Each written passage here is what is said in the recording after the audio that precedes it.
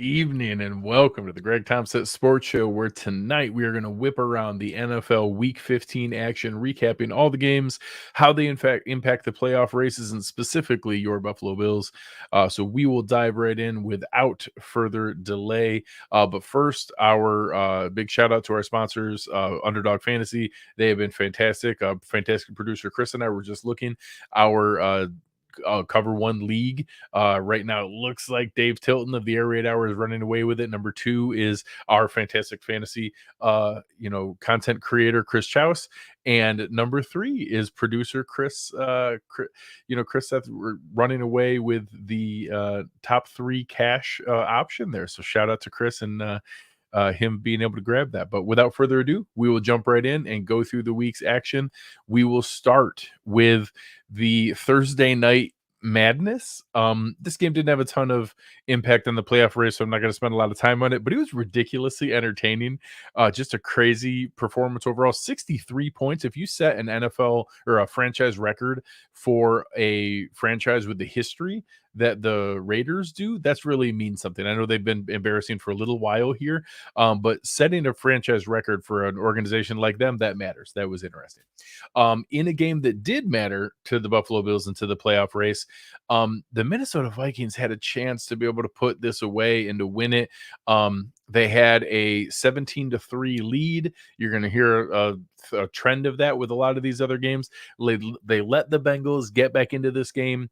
They had a chance, they were 3rd and 1 in overtime, and they did two Nick Mullins quarterback sneaks and got stuffed both times. Turn the ball over to the Bengals. They go down, kick a game-winning field goal.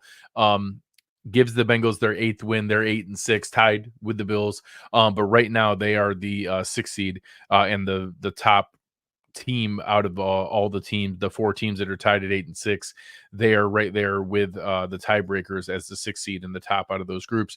Minnesota, that really hurt them, dropped them back, but the NFC has fewer teams, so they're still there as the 6th seed, even though they dropped to 7-7.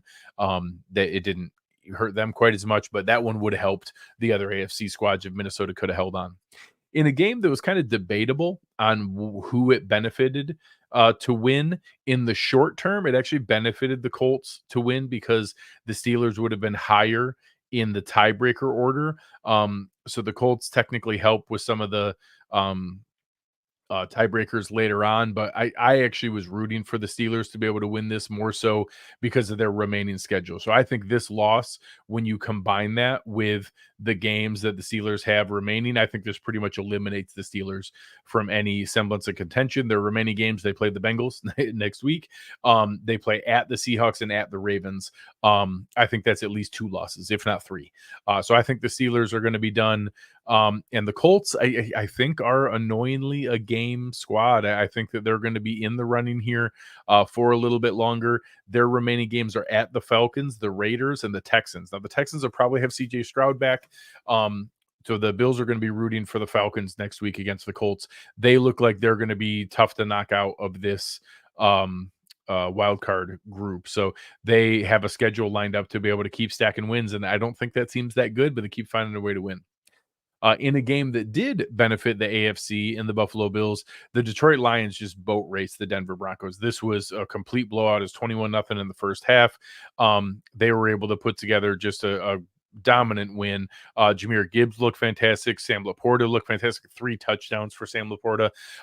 And you now see that the Denver Broncos, in their win streak, they were getting a ton of turnover luck. They've stopped getting that turnover luck now. They've crashed back down to earth. It's not something that I expect them to immediately flip a switch and turn back around. Their remaining schedule, they do have the Patriots, Chargers, and Raiders, so they have an opportunity. But getting their 7th loss definitely hurts. They would need to finish 3-0 to be able to give themselves a chance to get back into this. They do have some okay tiebreakers, but it's not something I expect them to be able to make good on. There was a moment where I thought maybe the Jets were going to be able to compete with the Dolphins. The Dolphins had some weird injuries early on. Tyreek Hill didn't play in this game, but the Jets are just terrible. Zach Wilson started, but wasn't able to finish. Trevor Siemian came in. He threw 2 interceptions. The Dolphins had some defensive scores. They, just controlled the ball the entire time. There was a bomb to Jalen Waddle at one point, but they pretty much just controlled the ball, held it from them. The Jets could never get anything going. This is actually one of the Dolphins' better defensive performances. But a game that, we were obviously rooting for the Jets to be able to win. The Dolphins, on the other hand, have a tough slate coming up here. They play the Cowboys next week, who just got embarrassed, obviously, by the Buffalo Bills, going to be playing very angry. They then play the Ravens and then the Bills. They have the hardest finishing schedule of any team in the NFL. They are 10-4, so they bank their 10th win. With those 10 wins, they do have some solid wins. They're already 7-3 in conference. So the worst they could fall to is 7-5 in the AFC for their conference record. I think that's going to be good enough. I think they're already going to be in the playoffs, but the division is no longer a guarantee unless they are able to beat Dallas and Baltimore to avoid that week 18 from mattering as much as it may matter. Another game that mattered tremendously for the AFC playoff race, the Tennessee Titans. The Titans were up on the Texans in this game. They had a chance. They went up 13-0. They let Houston kind of claw back in with a bunch of field goals. They, went back up by a touchdown. They had opportunities to close this out. And good on Case Keenum. He went down and got them in position. The Titans, both these defenses made way more plays than their offenses did. This was an ugly game. But the Titans certainly had a chance to win this and to be able to really help put the Texans away. The Texans getting this win, in this game, they're missing CJ Stroud, they're missing Nico Collins, they're missing Tank Dell.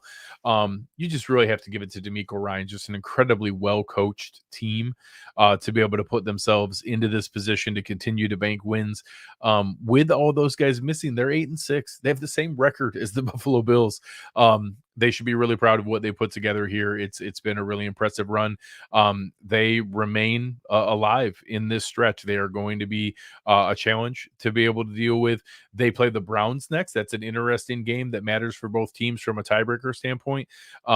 The Browns could basically eliminate them if they give them that seventh loss, with what's remaining. They play the Titans again, and then they play the Colts. So the Colts, Browns, and Texans are all vying for those positions, and they play each other.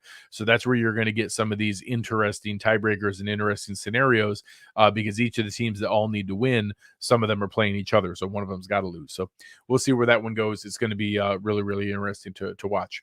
On the AFC side, a couple of games here. The Buccaneers put themselves in interesting position to be able to snag a playoff spot. Right now, they have the tiebreakers to be winning the NFC South.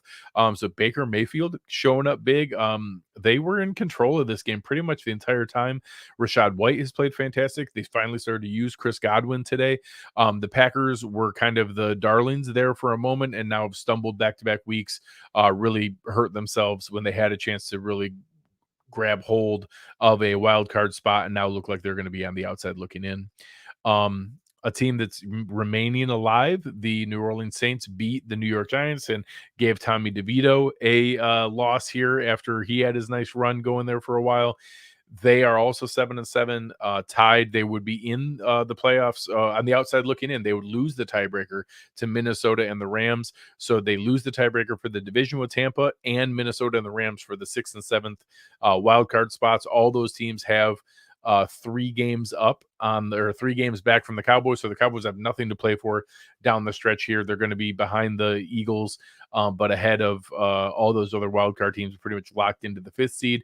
And then there's going to be 3 or 4 teams playing for that final 2 wild card spots. So we'll see where that goes in the NFC. Another game that had no real bearing overall other than hurting the Falcons, the Carolina Panthers got their 2nd win of the season. I was talking with producer Chris before the show. What is Arthur Smith doing? They dropped to 6-8. They lost to the Panthers. You can't use your weapons that you have. This to me looks like the next coach fired, in my opinion.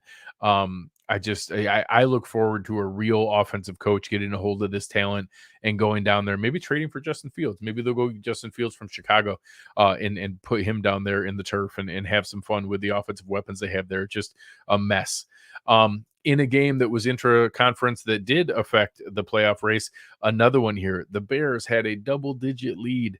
At one point, the Bears were up 17-7, and it was into the 4th quarter. They had control of this game. They should have been able to pull out the win, but the Cleveland Browns come back. are able to tie it up. Didn't even need to go to overtime. Ended up getting the ball back and winning in regulation. The Cleveland Browns are 9-5. They are a virtual lock for the playoffs now. They do have some tough remaining games down the stretch here, but they've already banked 9 wins. They only need one more, and they play the Texans, the Jets, and the Bengals. The Browns are a lock for the playoffs, and Joe Flacco is going to lead them there. And that is crazy to say out loud. I just don't see a realistic scenario where they lose all 3 of those final games. I think they're going to get to 10 games here, and they already have some pretty good tiebreakers because they already are 6-3 in conference. So they're going to end the season on a winning record in the NFC or in the AFC. So it's going to be tough for them to get knocked all the way out here.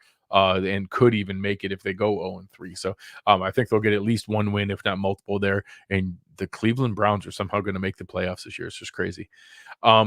Another one that, yeah, I guess we could have been rooting for. The Patriots actually hung with the Chiefs. The Chiefs let the Patriots score 17 points, and they had an opportunity at one point here. The Patriots were winning 10-7 before the Chiefs kind of pulled away and took control of this game. So again, the Chiefs are still getting things figured out, but avoid losing an embarrassing game to the Patriots. The Patriots lose their game and remain in the spot that they are with right now pretty firm control of the second pick in the draft. They'll be competing with the Cardinals to see who ends up with the second or the third pick as they work their way through this. Couple more games that didn't really affect a whole lot. The 49ers smashed the Cardinals. Huge game for Christian McCaffrey. When healthy, the 49ers clearly look like the best team in football. We'll see if they can remain healthy. A couple guys, Purdy had to go out of the game today. McCaffrey had to go out of the game today. Both of them went back in. But they're basically just a contest of who can stay healthy and are they able to remain in the position that they're in. Similarly, the Rams had a game with the Commanders. The Commanders tried to come roaring back, but the Rams were able to hold on. They go to 7-7, and if the playoffs started today, they would be the 7th seed in the NFC and would be heading to Philadelphia to play the Eagles. So the Rams have been able to remain competitive here after a whole lot of injuries dug a hole for them early on. They look like they're trending the right way and are going to be able to remain in firm playoff contention. The game we have going on tonight, we are talking here at halftime of Sunday Night Football. We have the Jaguars playing the Ravens. The Ravens are up 10-0. That is what the Bills want to root for the Ravens to beat the Jaguars, knock the Jaguars back to 8-6 into the muck of the AFC South. And tomorrow night on Monday Night Football is an NFC matchup with the Eagles and the Seahawks. That doesn't really affect a whole lot. We are going to go in here and flip over to our friends at the New York Times, looking at the playoff odds. Matter of fact, I'll show you real quick here. If the playoffs were to start today, the Bills would still be on the outside looking in. At they moved up from the 11th seed to the 9th seed, but again, they now control their destiny. If they're able to win the remaining games, they would pass some of these. And I showed you many of these other teams play each other, so some of them are going to get losses. The Bills now control their own destiny. Next week playing the Chargers, and the week after playing the Patriots. And as you can see, they are in a position here. If they simply win their remaining games, they will be in the playoffs. It's very, very likely if they're able to simply beat the Patriots and the Chargers, they will go in with an awful lot of things in their favor going into that final game. You can see here tonight, this game between the Ravens and the Jaguars could be an extra 4 points in the Bills' favor for their playoff odds. And you see some of the other games next week we'll be rooting for, obviously, the Bills to beat the Chargers, but we'll be rooting for the Steelers to beat the Bengals because now that the Steelers look like they're going to be out, we want them to beat the teams we're competing with. The Falcons against the Colts is one of the biggest non-Bills games because it's an NFC team. That's an 8-point swing. We'll be rooting for that one pretty heavily. We'll be rooting for the Browns to knock out the Texans because it looks like the Browns are a virtual lock. We might as well let them continue to win and pull away. Again, the Buccaneers playing the Jags and being an NFC versus AFC team, pull them further down into that mess so that there's no risk of 2 AFC South teams being able to get into the playoffs. So we'll go through some of those scenarios. Again, the Cowboys against the Dolphins, that's a big one because it can make that final Week 18 game a opportunity. If the Cowboys are to win that, all of a sudden we have a chance to host a wild card game. So then we'd be going into that final game where the winner basically gets the division. And the loser, if we set some of those up, we'd even be in position where we don't even need to win out, and we almost already have the playoff spot locked up as we go into that final one. So a lot of good opportunities here. We'll go through some of those rooting scenarios. Make sure you're checking out some of the good stuff that Uber puts out here with his rooting interest article on cover1.net, and he shares those on Reddit as well. So make sure you're checking out some of those good things. Make sure you hit the like button, give us a rating, give us a review. It goes a long ways. Make sure to check out our friends over at Underdog Fantasy. If you use promo code cover1, they will match your first deposit up to $500. You can have a lot of fun being able to go through there. If you got knocked out of the playoffs, you can still draft a new team to be able to play around with this coming week, and be able to go through there and still have plenty of good things to be able to play for. But beyond behalf of fantastic producer Chris Seth, I am Greg Thompson. You've been listening to the Greg Thompson Sports Show, and we are out.